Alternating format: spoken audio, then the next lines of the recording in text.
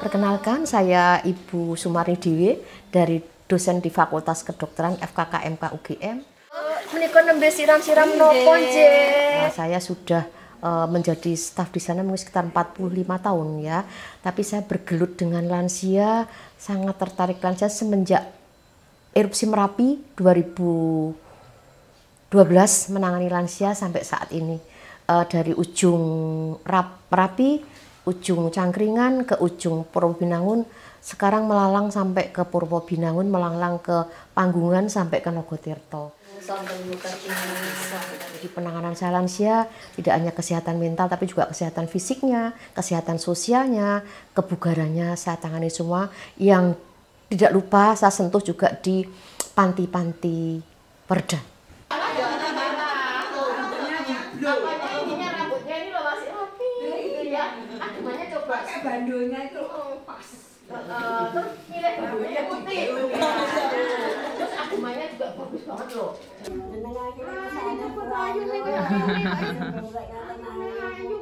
Pas Mariani itu kan seger apa paningan barang itu oleh bujang kan rambutnya nganti jemel tapi nggak apa-apa Bu, saya nanti akan buka rambut saya. Semangat saya pengen selalu mendampingi lansia dimanapun berada.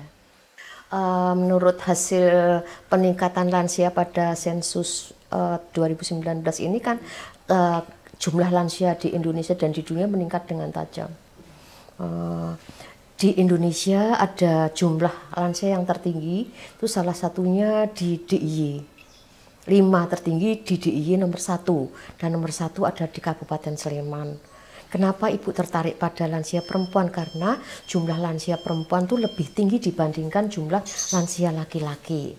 Dan usia harapan hidup lansia perempuan lebih bagus dan lebih tinggi pada lansia perempuan. Tetapi permasalahan-permasalahan kesehatan perempuan, terutama yang terkaitan kesehatan mental dan kekerasan pada lansia, belum pernah diangkat dan disentuh. Saya sangat tersentuh, ingin sekali mengangkat permasalahan lansia karena ternyata di dalam hasil-hasil penelitian atau jurnal-jurnal, apalagi setelah pandemi COVID itu meningkat dengan tajam kekerasan pada lansia perempuan. Lansia perempuan itu kekerasannya lebih berat dan lebih tinggi dibandingkan laki-laki. Dikirain gila kayak gila bener karena waktu itu pandangannya kosong terus apa namanya Putus asa. iya kayak gitulah apa namanya nggak seperti biasanya itu tapi alhamdulillah lambat laun agak mendingan cuma maksudnya kalau naruh apa aja nggak dicocokin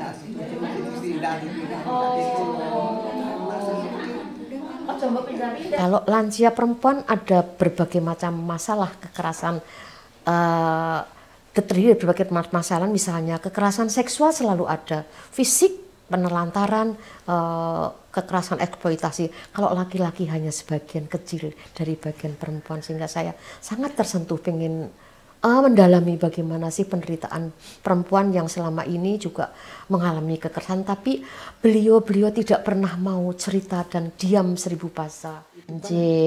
Apa ya? Yang disampaikan kadang-kadang. Iya, yang mau disampaikan sebenarnya ini, tapi kok keluarnya itu kayak gitu dulu, Bu.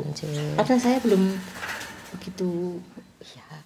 Stresor psikososial pada lansia itu sangat berat dibandingkan laki-laki. Ya, satu, lansia itu mendapatkan kekerasan karena salah satunya kemunduran fisik lansia perempuan sendiri, kelemahan lansia perempuan sendiri, kelemahan-kelemahan yang sering misalnya sering menjadi ejekan, sering menjadi pelecehan, sering menjadi diremehkan atau diejek oleh keluarganya karena mengalami berbagai macam kelemahan, sehingga itu risikonya kekerasan pada psikologis verbal.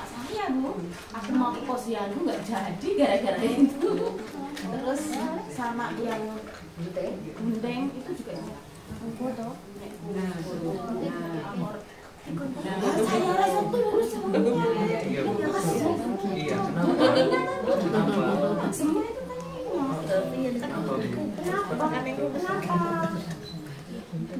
Kenapa Ibu? Kok pengen seperti itu kenapa?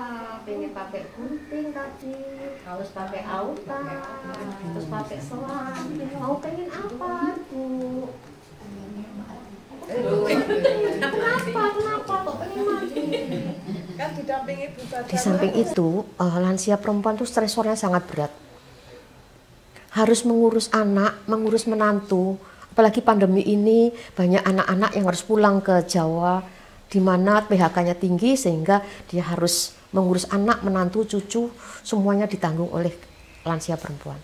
Bu, kumpul sama anak sama menantu tuh pasti ada sesuatu yang kadang-kadang boten dados reno ing penggali panjenengan Anji. Bisa ceritakan Ibu? Anji, enggak apa-apa nanti Menantu kalau saya itu Bu, sebenarnya itu baik. Cuman malas banget. oh Iya, cuman malas. Jadi saya tuh saya itu bukan resian banget enggak. Anji. Cuman pengennya saya itu jangan banget kemproh gitu deh Bu. Kayak gitu. Saya tuh enggak suka kotor. Gitu. Nah, terus tapi menurut saya itu cuek orangnya, enggak itu gitu loh. Misalnya ada cucian, enggak pernah nyuci baju sendiri. Ya betul, karena banyak yang nggak tahu, belum banyak penelitian yang diangkat atau fenomena apa yang terjadi pelan-pelan belum pernah terangkat, permasalahan yang sampai mendalam belum pernah terangkat. Saya pengen mengangkat lebih mendalam. Sebetulnya monggolah diceritakan bersama kita sesama lansia, karena kalau kita mau, saya pengalaman saya dengan ibu-ibu kader di sini atau di tim peer group saya, kalau ketemu kita yuk nangis bersama cerita permasalahan kita hadapi, ternyata melas. Saya pengen, lansia itu ternyata permasalahannya berat ya, apalagi perempuan. Apalagi kalau ada suami yang sakit atau keluarganya sakit, apalagi kalau ngomong menantu, luar biasa berat. Pripun, nek kalian Mbak Nur.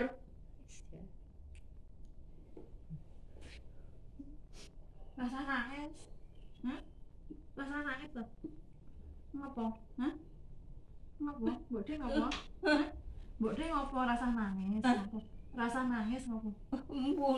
Jadi tidak hanya stresor masalah ekonomi, stresor psikososial yang sangat berat yang dihadapi, juga tingginya kekerasan yang dihadapi.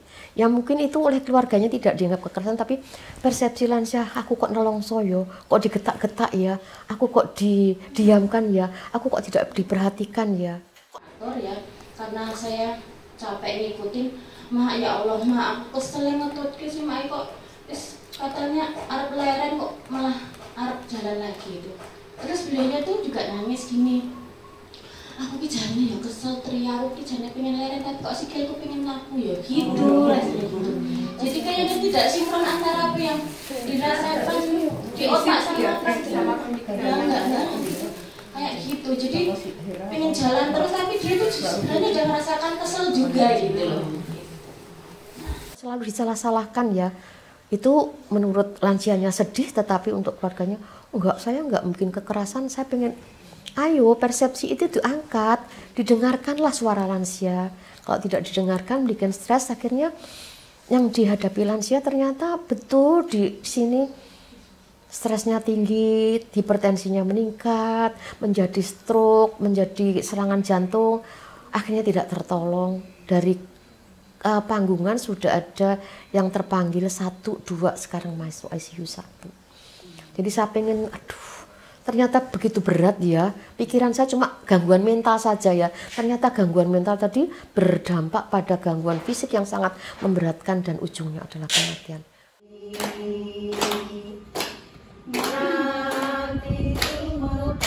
Nah, lansia yang di sini itu sebagian besar yang saya tahu itu ya memang banyak perempuan yang dianggapnya apa-apa bapak itu kan masih minta dirawat, semuanya harus disediakan. Tapi sebetulnya lansia yang ada di sini itu sudah kita ajak berbicara, harus dilakukan, itu masih ada seperti itu. Sehingga stres diri sendiri itu juga ada, kemudian marah juga sendiri juga ada, nggak terima apa yang sudah dilayani oleh anaknya itu juga ada gitu. Dia itu nyaman dengan anaknya, itu kalau anaknya bisa ngomong orang tua. Tapi pada suatu saat kalau orang tua menjadi suka marah, sakit-sakitan, itu yang menjadikan permasalahan di rumah tangga. Dan mohon maaf lagi, ada kalanya anak itu tidak tahu apa yang harus dilakukan oleh dia kepada orang tuanya, itu juga ada. Nah itu yang kadang-kadang susah untuk kita temui anaknya. Keluhan itu disampaikan kepada kita, para kader misalnya, tetapi belum tentu diketahui oleh anaknya. Nah ibunya ya cuma diem aja, bapaknya cuma diem aja. Utamanya ibu tuh sangat peka ya. Aku wongpi anakku kok, ya udah biar nggak masalah. Pokoknya itu adalah tanggung jawab saya. Itu ada yang demikian. Ya, selamat sore. Nama saya Ibu Ani Bujirahayu.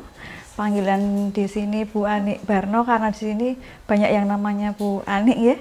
Kebetulan saya di sini sebagai kader lansia. Semacam penelitian ya dari Ibu Sumarni, kemudian kita anjang sana ke rumah lansia dan di situ kita banyak menemukan masalah bahwa selama ini ya mereka tidak bisa datang ke posyandu itu, mereka merasa sedih ya, nggak bisa ketemu kita sama kader karena biasanya kalau ketemu sama kader kan suka cerita-cerita, ya apa yang dirasa itu diceritakan ke kita lah. Karena nggak ketemu sama kita kan ada yang dipendem gitu, ya. Nah kemudian yang mereka rasakan itu mereka nggak bisa tidur, kemudian karena nggak bisa tidur otomatis tensi mereka juga naik, kemudian kadang merasa sendiri, nggak ada teman yang bisa diajak ngobrol, kemudian sama putra-putrinya juga kurang terbuka dibanding dengan kita kader. Jadi kalau sama kita itu malah lebih dekat karena kalau mereka cerita itu selalu kita dengarkan seperti itu.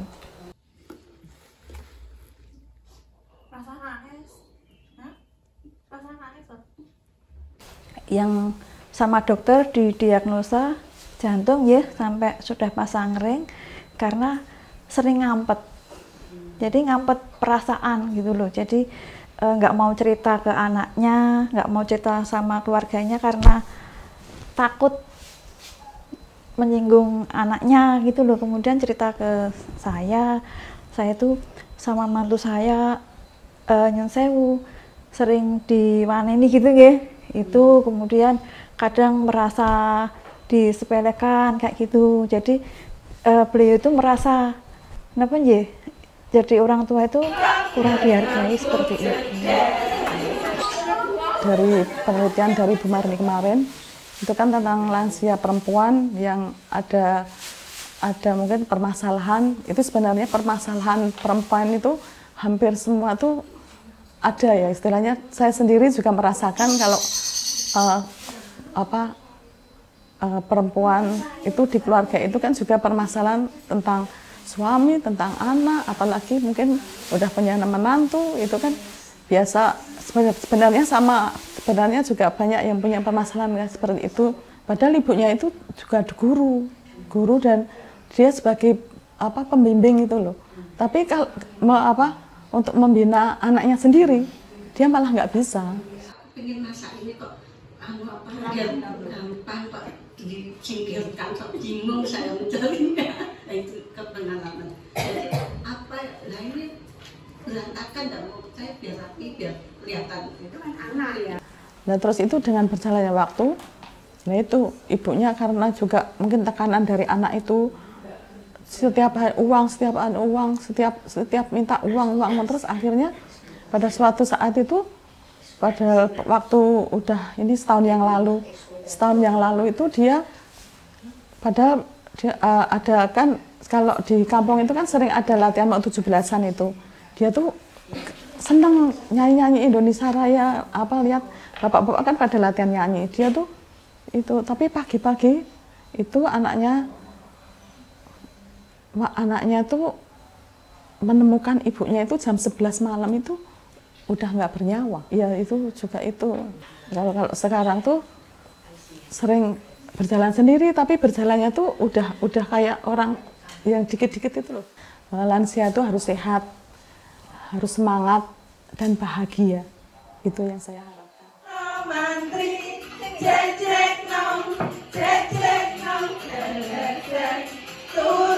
Harus disemangati, harus selalu diingatkan untuk minum obat agar lansia itu menjadi lansia yang tangguh, sehat dan lansia ceria.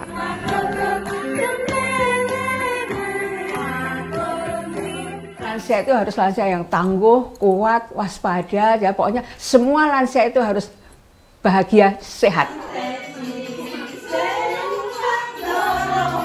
Yuk lansia perempuan semangat walaupun kita punya kekurangan atau kelemahan atau stres, kita harus semangat berbahagia untuk meningkatkan kesehatan fisik kita, mental kita, sosial kita, dan spiritual. Bersama kita dukung sesama lansia perempuan.